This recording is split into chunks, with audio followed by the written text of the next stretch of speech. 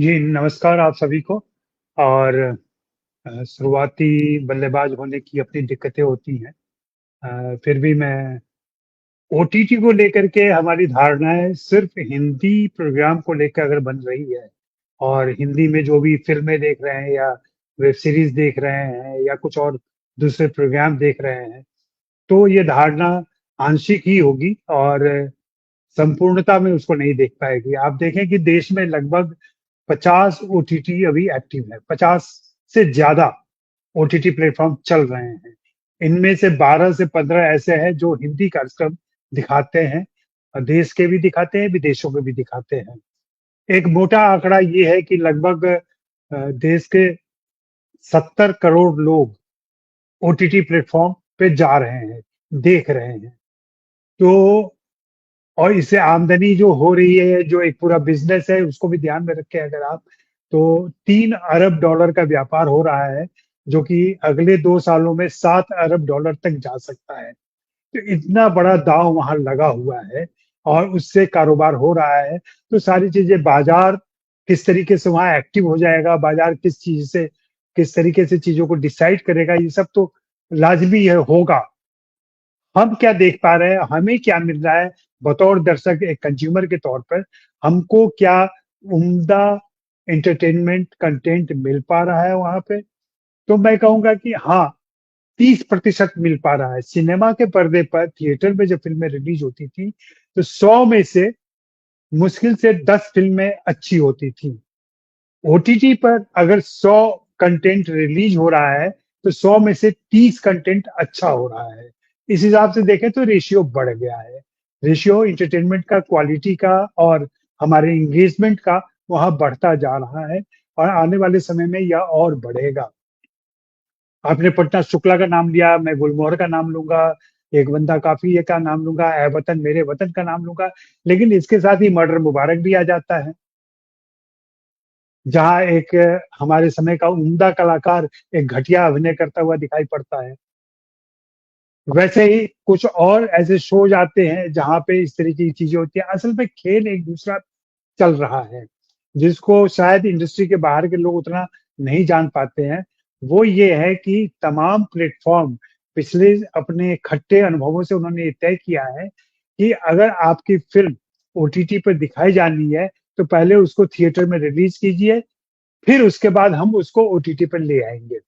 एक तो ये सामान्य नियम बना हुआ है सभी के लिए, खास करके नए जो प्रैक्टिशनर हैं उनके लिए।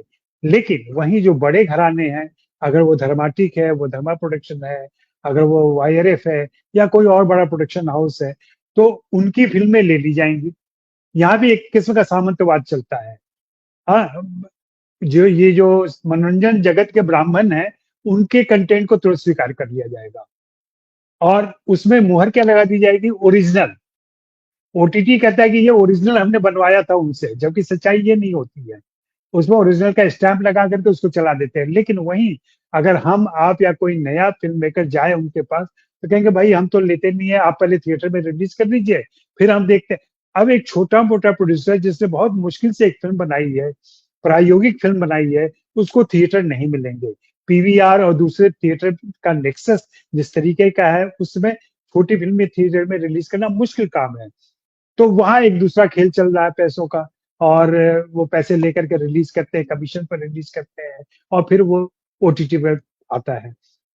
तो हुआ क्या कि पिछले कुछ सालों में जो हिंदी फ़िल्मों के कह लें असफल फ़िल्म मेकर, लेखक और दूसरे लोग थे, उनमें से अधिकांश इन ओटीटी प्लेटफ़ॉर्म पे जाकर के क्यूरेटर बन गए हैं, प्रोग्रामर बन गए हैं और वे लोग अभी भी महत्वाकांक्षा रखते हैं कि भविष्य में वे फ़िल्में बनाएँगे। तो वहाँ वे सारे कनेक्शन को अपने जोड़ते हैं और बनाते हैं ताकि भविष्य में उनका काम बन सके। इस पृष्ठभूमि को अगर हम ध्यान में रखेंगे, तभी जाकर के हम ओटीटी की भूमिका पर और ओटीटी के दायित्व पर ओटीटी क्या कर पा रहा है, इसको ढंग से समझ पाएँगे।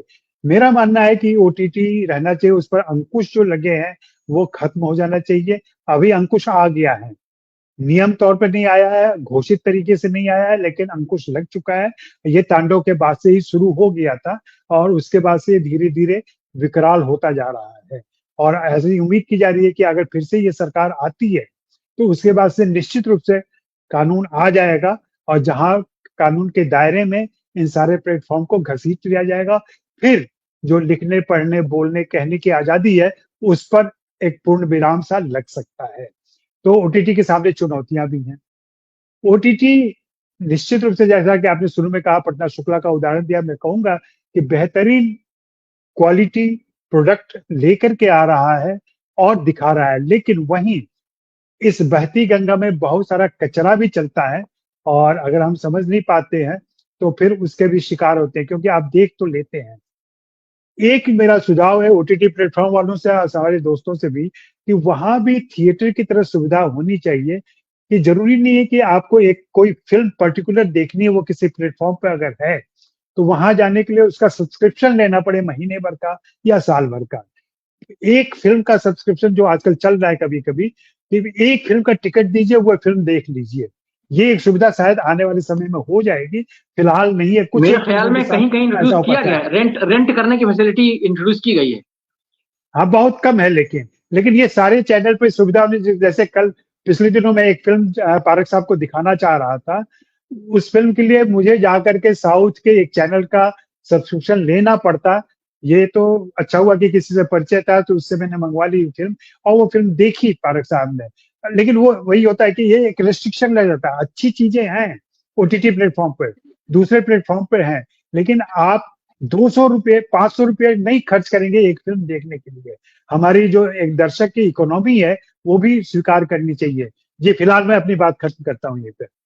देखिए, मेरी व्यक्तिगत राय तो यही है कि कोई पाबंदी नहीं होनी चाहिए, कोई सेंसर नहीं होना चाहिए। संविधान हमारे पास है और संविधान से विरोध में जाकर के अगर कोई कुछ करेगा, राष्ट्र हित के विरोध में जाकर कोई कुछ करेगा तो उस पर वैसे भी पाबंदी लग जाएगी। इसके लिए अलग से नियम कानून बनाने की ज़रूरत नहीं है, जो कि वर्तमान सरकार चाहती है कि बन जाए। दूसरा इस पर भी गौर करना पड़ेगा कि आवाज़ कहाँ से उठती है, उस आवाज़ को कितनी तरजीह दी जाती है। तांडव का पूरा विवाद आगरा के एक एफआईआर से हुआ था। बहुत छोटा-सा किसी मामूली थाने में कोई एक एफआईआर हुआ कि तांडव में ये दृश्य है जो नहीं होना चाहिए। लेकिन उस छोटे से एफआईआर को एक छोटे से थाने में लगाए गए, पूरे राष्ट्रीय मुद्दा बना दिया गया। वहीं आप 370 देख लीजिए, दूसरी चीज़ें देख लीजिए, वहाँ पे अगर आपको आपत्ति है, दूसरे खेमे को आपत्ति है, तो वो अपना विरोध दर्ज नहीं कर सकता या विरोध दर्ज करता भी है तो उसको कोई हवा नहीं मिलती है, उसको कोई भाव नहीं देता है। ये सब बहुत देखने की ज़रूरत है क्योंकि अभी वर्तमान सरकार जिस तरीके से काम कर रही है, जिन चीज़ों को छूट दे रही है, जिन चीज़ों पर अंकुश लगा रही है, क्या आप मानते हैं कि अगर आप गोधरा पे एक फ़िल्म बनाएँ और उसमें एक कैरेक्टर दें मोदी जी का, उसमें एक कैरेक्टर दें अमित शाह का, तो आपकी फ़िल्म सेंसर से निकल पाएगी? कभी नहीं निकल पाएगी।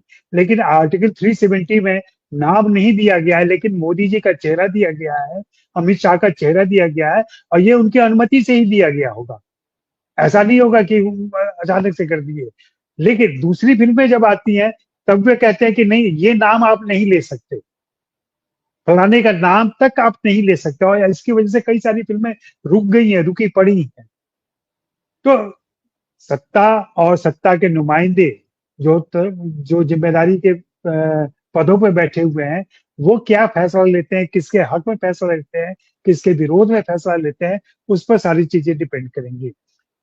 जुलाई में जो अधिनियम आने वाला है या जिस तरीके से अंकुश लगाया जाएगा, निश्चित रूप से वो निरंकुश होगा और अगर यह सरकार बनती है, अगर भाजपा आती है, तो निश्चित रूप से उसमें वे सारे दरवाजे बंद कर दिए जाएँगे, जहाँ अभी थोड़ी बहुत मुखालफत की आवाज़ है, जहाँ जस्ट बातें की जा रही हैं, जहाँ न्यायोचित बातें की जा रही हैं, वो भी रुक जाएँगी और सेक्युलरिज़्म दाँव पर है कहीं न कहीं और उस सेक्युलरिज़्म को बहुत बड़ा खतरा है, इस तरीके की किसी भी निरंकुश अधिनियम से।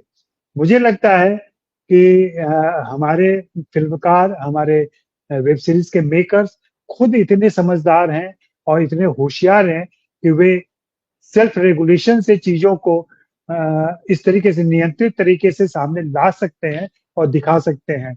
मैं शुरू से कहता आ रहा हूँ 2 साल पहले से कि अंकुश जितना तेज होगा, कड़ा होगा, उतने ही ज़्यादा प्रयोग होंगे और वैसी ही फ़िल्में आएँगी और हमारे फ़िल्म मेकर इतने होशियार हैं कि वो तरीका ढूँढ निकालेंगे।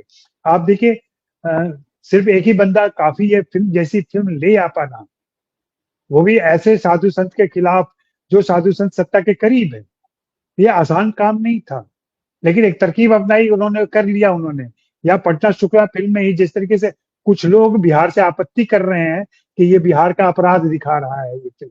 भई है जहाँ जो है वो है, उस चीज़ को स्वीकार करना चाहिए। तो मैं तो पूरी उम्मीद में हूँ अमिताभ और हमारे दूसरे पैनल के सहयोगी कि ओटीटी हमारे लिए एक खुला मंच है, जहाँ पे विविधता है, जहाँ पे वैरायटी है, जहाँ पे दूसरी संस्कृति की चीज़ें हैं, जो पारस साहब कह रहे हैं कि जिसकी वजह से दूसरे देश की संस्कृति, दूसरे भोजन भी संस्कृति का एक हिस्सा है। अगर भोजन का विस्तार हो रहा है, तो कहीं न कहीं हमारी कट्टरता टूट रही है। मैं तो हमेशा मानता हूँ, मैं हमेशा अपने दोस्तों को मज़ाक में उदाहरण देता हूँ कि कट्टर आप सिर्फ़ विचारों से या धार्मिक धारणाओं से नहीं होते हैं, कट्टर आप भोजन से भी होते हैं। अगर आप सिर्फ़ शाकाहारी की जिद किए रहते हैं, तो भी आप कट्टर हैं। या सिर्फ़ आप मांसाहारी की जिद किए रहते हैं, तो भी आप कट्टर हैं। आपको इतना उदार होना चाहिए कि हर तरह का भोजन कर सकें, तो ये भोजन आ रहा है, संस्कृति आ रही है, कपड़े आ रहे हैं। आप बड़े शहरों में तो जापान के और कोरिया के दुकानें खुल गई हैं, जहाँ उनके स्टाइल के कपड़े मिल रहे हैं और वे कपड़े अब फैशन में आ रहे हैं। तो ये बहुत अच्छा है और पारस साहब ने बहुत सही कहा कि एक तरफ से सरकार तो चाह रही है कि हम लोग अतिथजीवी हो जाएँ, वहाँ की सारी चीज़ें आ जाएँ। वहीं दूसरी तरफ अघोषित रूप से उसके विलोम में, उसके विरोध में ये सारी चीज़ें फैलती जा रही हैं और मजबूत हो रही हैं, खास करके जेन ज़ी ओटीटी पे जब हम बात कर रहे हैं तो हमको ये भी देखना होगा कि यहाँ 80 साल का दर्शक भी है और 8 साल का दर्शक भी है। और अमिताभ आपकी इस आशंका से मैं बिल्कुल सहमत नहीं हूँ कि हम परिवार के साथ ये चीज़ें नहीं देख सकते, वहाँ बहुत कुछ गंदगी है। भई हर जगह मैं बार-बार कहता रहा हूँ कि वहाँ उम्र बता दी जाती है कि 18 साल से कम उम्र के लोग ना देखें। अगर उसके बाद भी आपके घर के बच्चे देख रहे हैं, तो ये आपकी दिक्कत है। ये ओटीटी की दिक्कत नहीं है।